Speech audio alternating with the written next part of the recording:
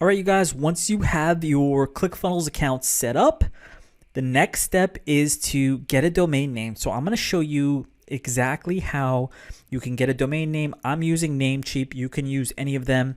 This is a domain name that I bought not too long ago, but I'm going to walk through the steps of actually adding this domain name to the account.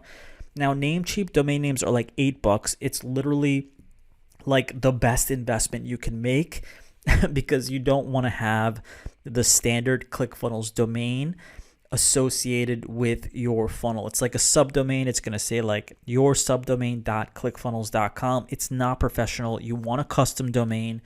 Go buy a custom domain for a few bucks.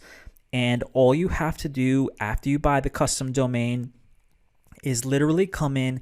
This is just Namecheap, so you have to change the DNS settings. So I'm going to actually go into ClickFunnels first, and you're going to come here to the account settings. So click on the account settings of your account, go to domains, and click add new domain. And basically, you're going to add your own domain. Now, you can choose a domain name with ClickFunnels, but I recommend just buying it on your own and going in here and then going to use an existing domain. So I'm going to do epicgrowthacademy.com. I'm going to add it. All right. So basically, how to connect your domain to ClickFunnels. It gives you the steps on what you need to do. If you click this, it'll open a new tab.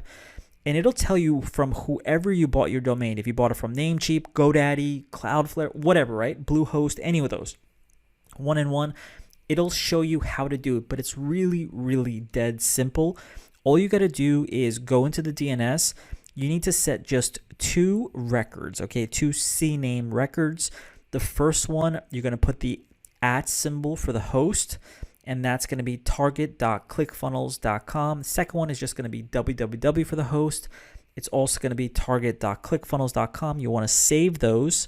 Literally come back here. And this also tells you how to do it, of course. If I were to go into the detailed instructions and go to the Namecheap, it's going to tell me exactly how to do it. It's going to say, go to Namecheap, put in all of this information. It's going to tell you everything that you need to do, right? And so once you have done that, I've done that already, on my side, it's going to say, yay, congratulations. And I'm just going to go to just show me my domains. The next thing that you have to do after you add your domain is you want to add SSL. So expand this and click add SSL.